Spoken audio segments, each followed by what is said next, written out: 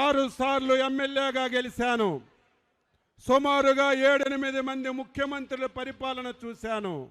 కానీ స్వాతంత్రం వచ్చిన తర్వాత 2019-24 ముఖ్యమంత్రి ప్రభుత్వాన్ని చూస్తే ఏ రకంగా పరిపాలించారో మీ అందరికీ చెప్పవలసినటువంటి అవసరం లేదు. ఒక దుర్మార్గమైనటువంటి వ్యక్తి అధికారం వచ్చిన తర్వాత ఈ రాష్ట్రానికి శాశ్వతంగా నేనే ముఖ్యమంత్రిగా ఉండాలి, ఈ రాష్ట్రంలో నా పార్టీ తప్ప ఇంకొక రాజకీయ పార్టీ ఉండకూడదని అధికారం వచ్చినప్పటి నుంచి ఏ విధంగా వ్యవహరించాడో మనందరం సజీవ సాక్షులం. చాలా కష్టాలు అనుభవించింది పార్టీ, చాలా ఒడిదొడుకులు అనుభవించింది పార్టీ. కానీ ఎప్పుడూ ఇన్ని బాధలు పడలేదు. నాలాంటి సీనియర్ శాసనసభ్యుడే పార్టీ ఉంటుందా ఏమవుతుందని బాధపడి నిద్రలేనటువంటి రాత్రులు గడిపాం. మీ అందరి అభిమానంతో, చంద్రబాబు నాయుడు గారి అభిమానంతో, లోకేష్ గారి అభిమానంతో ఎన్టీ రామారావు గారు పెట్టిన పార్టీకి రాష్ట్ర పార్టీ అధ్యక్షుడిగా నన్ను నియమించారు. ఆ రోజు నేను పార్టీ కార్యాలయంలో కూర్చుంటే ఒక్కడంటే ఒక్కడుండేవాడు కాదు. 5 సార్లు మంత్రులు చేసిన వ్యక్తులు, 4-5 సార్లు ఎమ్మెల్యేలుగా చేసిన వ్యక్తులు కనబడమంటే కనబడే వాళ్ళు కాదు, బయటకు వచ్చి మాట్లాడమంటే మాట్లాడలేనటువంటి పరిస్థితి రాష్ట్రంలో చూశాం. అయితే తెలుగుదేశం పార్టీ, ఈ దేశంలో చాలా పార్టీలు పుట్టాయి, గాలికే పుట్టాయి, గాలికే పోయాయి. కానీ తెలుగుదేశం పార్టీ కార్యకర్తల హృదయాలలో పుట్టిన పార్టీ. ఈ పార్టీ కష్టం వస్తుంది, బాధ వస్తుంది, మనం ధైర్యాన్ని ఇస్తే మళ్ళీ నిలదొక్కుకోగలమని కష్టపడి పనిచేశాం. 3 సంవత్సరాలు నిద్ర లేకుండా మీకు ఎన్ని ఇబ్బందులున్నా మీ ఇబ్బందులని అధిగమించి మనందరం కష్టపడ్డాం. మొన్ననే మీరు ఎన్నికల ఫలితాలు చూశారు. స్వతంత్ర భారతదేశంలో ఎన్నో ఎన్నికలు జరిగాయి, ఎన్నో పార్టీలు కలిశాయి. ఆంధ్రప్రదేశ్ చరిత్రలో మొట్టమొదటిసారి 95% సీట్లతో కూటమి గెలిచి చరిత్ర సృష్టించిందని చెప్పి మీ అందరికీ తెలియజేస్తున్నాను.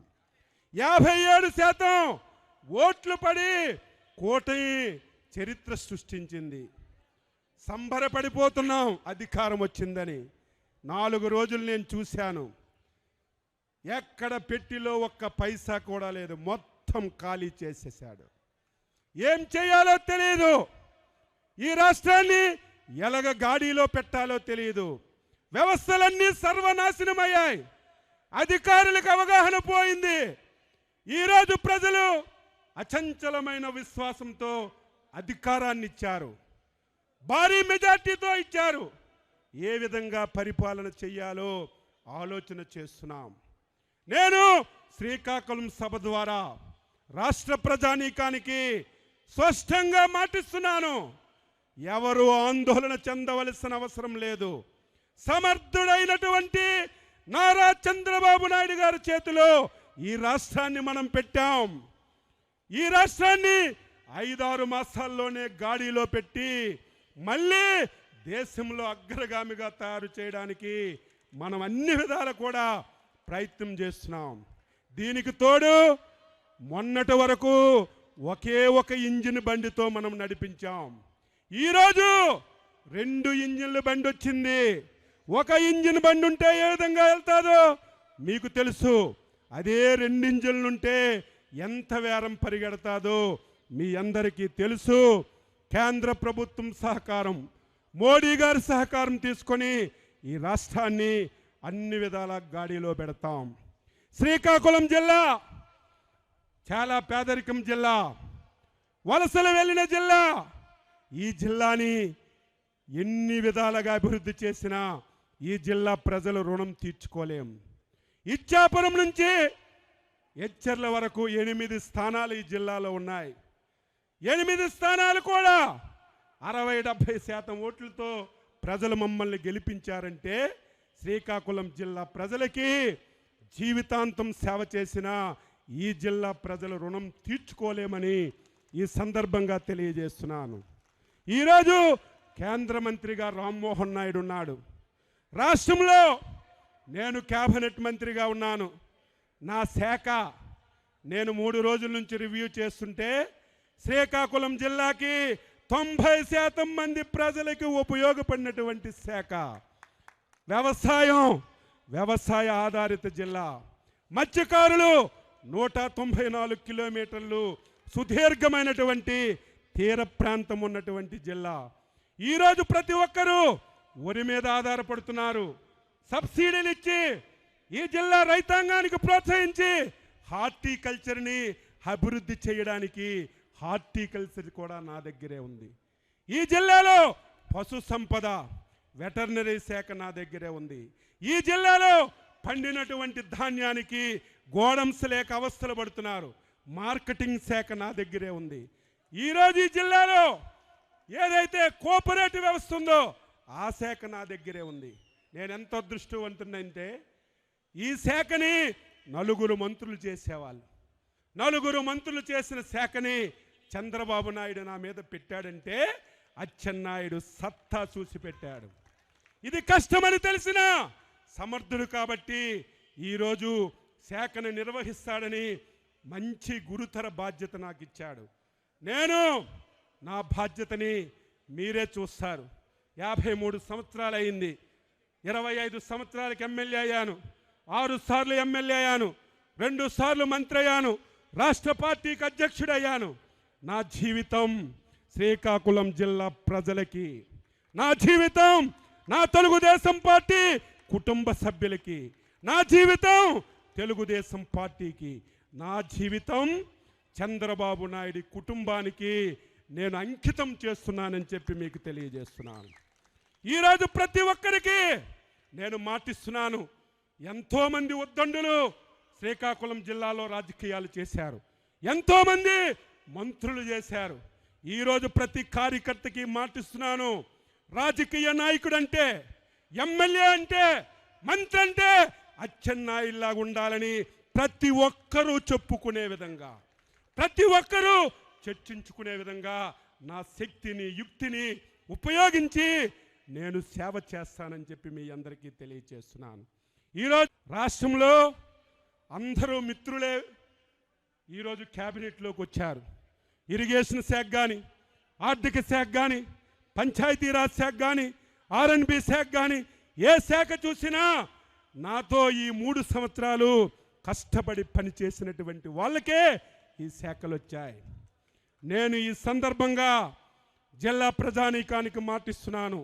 ఈ జిల్లాలో 5 సంవత్సరాలు నిర్లక్ష్యానికి గురైనటువంటి నీటిపారుదల రంగం పైన ప్రత్యేకమైనటువంటి దృష్టి పెట్టి ఈ జిల్లాలో 2-3 సంవత్సరాల్లోనే ప్రాజెక్టులన్నీ కూడా పూర్తి చేసి ప్రతి ఎకరాకి నీరివ్వడానికి ప్రయత్నం చేస్తాను. ఒకవేళ ప్రాజెక్టులతో నీరు వెళ్ళకపోతే లిఫ్ట్ ఇరిగేషన్స్ పెట్టి నీరిచ్చే కార్యక్రమం చేస్తాను. నేను జిల్లా ప్రజానీకానికి ఈ కోడి రామ్మూర్తి మున్సిపల్ స్టేడియం నుంచి మాటిస్తున్నాను. ఈరోజు 10 మంది టీం. అచ్చెన్నాయుడే మంత్రి కాదు, రామ్మోహన్ నాయుడే మంత్రి కాదు. ఈ జిల్లాలో 7 ఎమ్మెల్యేలు, 2 మంత్రులు, 1 జిల్లా పార్టీ అధ్యక్షుడు, ఈ 10 మంది ఒక టీంగా పనిచేస్తాం. ఈ జిల్లాలో ఉన్నటువంటి సీనియర్ కార్యకర్తల నాయకులు సలహాలు తీసుకుంటాం.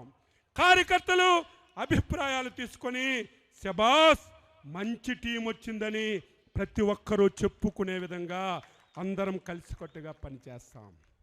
ఈరోజు శ్రీకాకుళం నేను మంత్రిగా పనిచేశాను, కానీ ఈ నియోజకవర్గ ప్రజలకి సేవ చేసే అవకాశం నాకు ఇంతవరకు రాలేదు.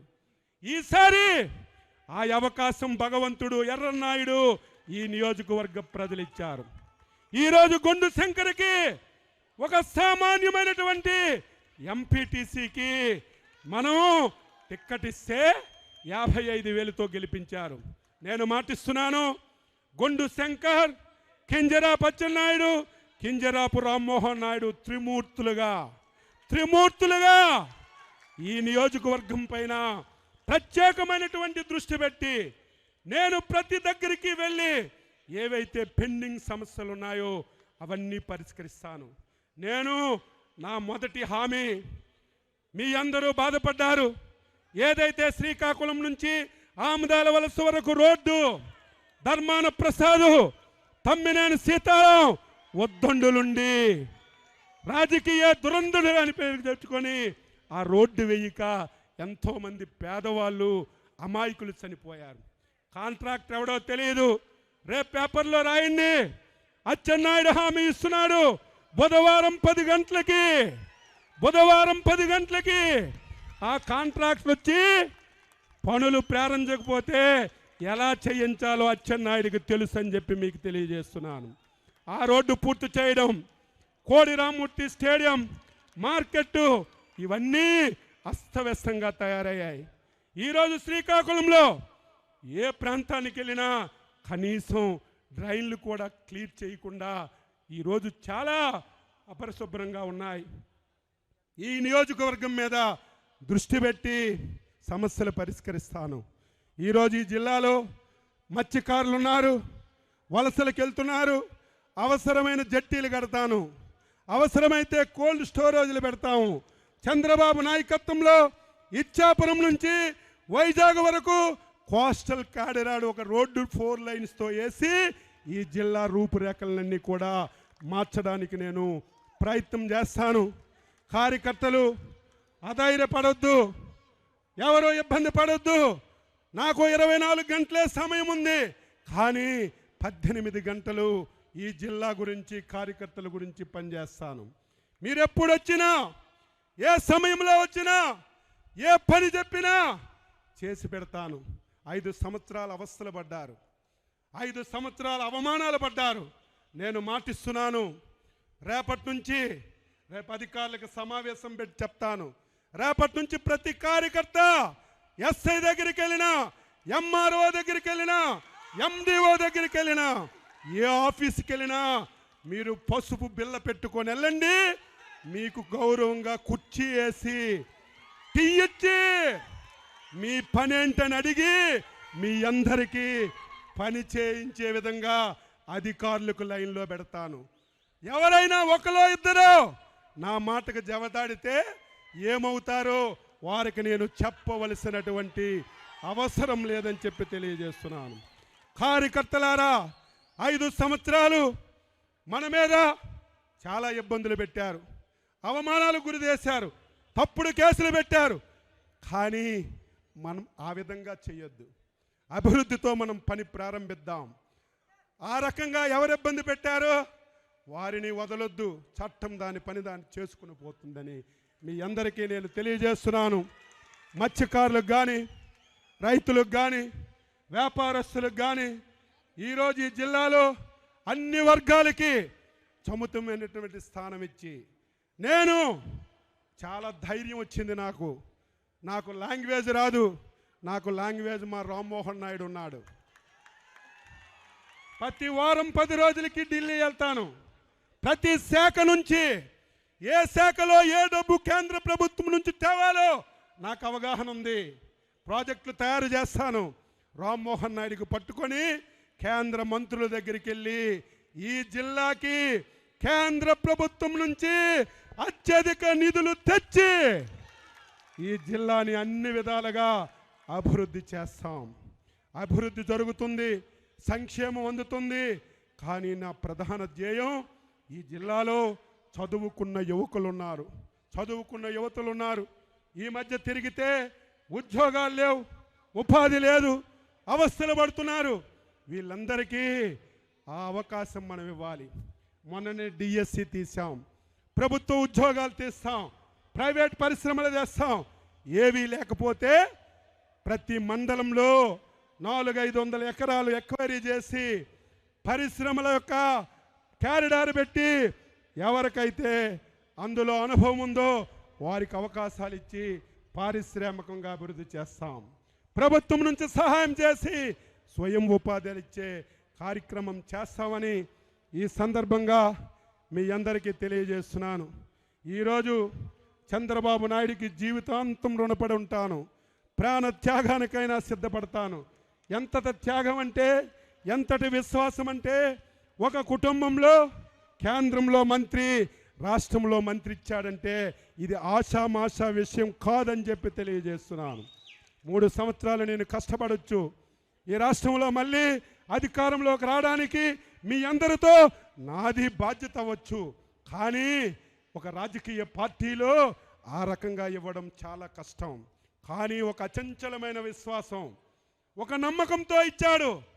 ఎక్కడ కూడా నమ్మకాన్ని ఒమ్ము చేయకుండా అచ్చెన్నాయుడు వల్ల, రామ్మోహన్ నాయుడు వల్ల ఒక కార్యకర్త, ఒక నాయకుడు, ఒక ఎమ్మెల్యే బాధపడ్డాడని మాట లేకుండా శక్తి ఉన్నంత వరకు నేను సేవ చేస్తాను, నిరంతరం అందుబాటులో ఉంటాను. ప్రతి వారం వస్తే పార్టీ ఆఫీసులో కూర్చుంటాను ఒక పూట. కార్యకర్తలందరూ రండి, ప్రజలు రండి, సమస్యలు చెప్పండి. ఏదో మీరు చాలామంది మంత్రులను చూశారు, అచ్చెన్నాయుడిని చూడండి. మాట ఇచ్చాడంటే పేక కోసుకుంటాడు తప్ప మాట తప్పడని చెప్పి మీ అందరికీ ఈ సందర్భంగా తెలియజేస్తూ, జిల్లాలో 8 నియోజకవర్గాల్ని అన్ని విధాల అభివృద్ధి చేస్తాం. అందులో ప్రధాన కేంద్రం శ్రీకాకుళం హెడ్ క్వార్టరు, పేరు కార్పొరేషన్. ఆ ఆఫీస్ చూస్తే పంచాయతీ ఆఫీస్ కంటే దారుణంగా ఉంది. బ్రహ్మాండమైనటువంటి మున్సిపల్ కార్యాలయంతోనే ఈ ప్రాంతంలో అభివృద్ధి ప్రారంభిద్దామని చెప్పి మీ అందరికీ తెలియజేస్తున్నాను. ఈ జిల్లాలో, జిల్లా హెడ్ క్వార్టర్లో ఈరోజు రామ్మోహన్ నాయుడు, నేను మీ ఎమ్మెల్యే ఒక 10 రోజులు మాకు బిజీ ఉంది. పోర్ట్ఫోలియోలు ఇచ్చారు, ఛాంబర్స్ ఓపెన్ చేయాలి, మీటింగ్లు పెట్టాలి, అసెంబ్లీ సమావేశాలు ఉన్నాయి. ఒక 10 రోజులు బిజీగా ఉంటాం. ఇది అయిన తర్వాత మీరే చూస్తారు. ప్రజలకి దర్బార్లు పెట్టి ప్రజల అభిప్రాయాలు తీసుకొని శ్రీకాకుళం హెడ్ క్వార్టర్ని చరిత్రలో నిలిచిపోయే విధంగా అభివృద్ధి చేస్తామని ఈ సందర్భంగా తెలియజేస్తూ, కార్యకర్తలు, నాయకులు చాలా ఆతృతతో ఉన్నారు. అధికారం వచ్చింది, అన్నీ ఇప్పుడే చేసేయాలి, అయిపోవాలని. ఆతృతొద్దు. మా అందరికీ తెలుసు మనం పడిన బాధలు.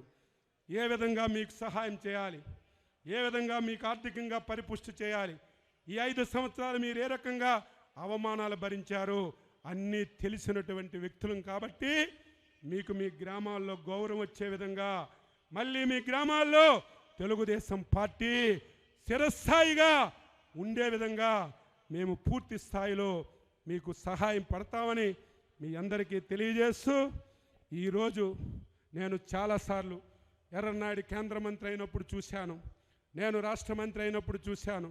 కానీ ఈరోజు విమానాశ్రయం నుంచి శ్రీకాకుళం మున్సిపల్ స్టేడియం వరకు ప్రజలు, జనం నీరాజనం చూస్తే ఎంత సేవ చేసినా, ఎంత కష్టపడి మీకు సేవ చేసినా మీ రుణం తీర్చుకోలేమని ఈ సందర్భంగా తెలియచేస్తూ, మీ అందరికీ మరొకసారి శ్రీకాకుళం జిల్లా చరిత్ర తిరగరాశారు. 8 స్థానాలు గెలిపించారు. అందులో శ్రీకాకుళం హెడ్ క్వార్టర్లో ఒక సామాన్యమైనటువంటి ఎంపీటీసీకి 55,000 మెజార్టీతో గెలిపించి జిల్లా చరిత్రను తిరగరాశారు. ఆయనకి నేను సంపూర్ణ సహాయ సహకారాలు అందిస్తాను. మీరు ఏ నమ్మకంతో, విశ్వాసంతో ఈయనకి మీరు ఓట్లేశారు, శబాష్ శంకర్.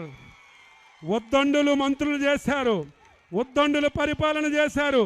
వారు చెయ్యలేని పనులు మా శంకర్ చేతుల మీదుగా చేసి చిరస్థాయిగా మీ హృదయాల్లో ఉండే విధంగా నేను పూర్తిగా సహకరిస్తానని ఈ సందర్భంగా తెలియచేస్తూ, ఈరోజు మీరు చూపించిన ప్రేమ, అభిమానం నా జీవితంలో ఎప్పుడూ మరిచిపోనని మరొకసారి తెలియజేస్తూ, రామ్మోహన్ నాయుడు, నేను మిగతా శాసనసభ్యుల్ని, పార్లమెంట్ సభ్యుల్ని, పార్టీ అధ్యక్షుల్ని, ముఖ్య నాయకుల్ని ఎప్పటికప్పుడు సంప్రదించి ఎప్పటికప్పుడు మీతో మాట్లాడి మీకు కూడా ఇందులో భాగస్వామ్యం చేసి ముందుకెళ్తామని ఈ సందర్భంగా తెలియజేస్తూ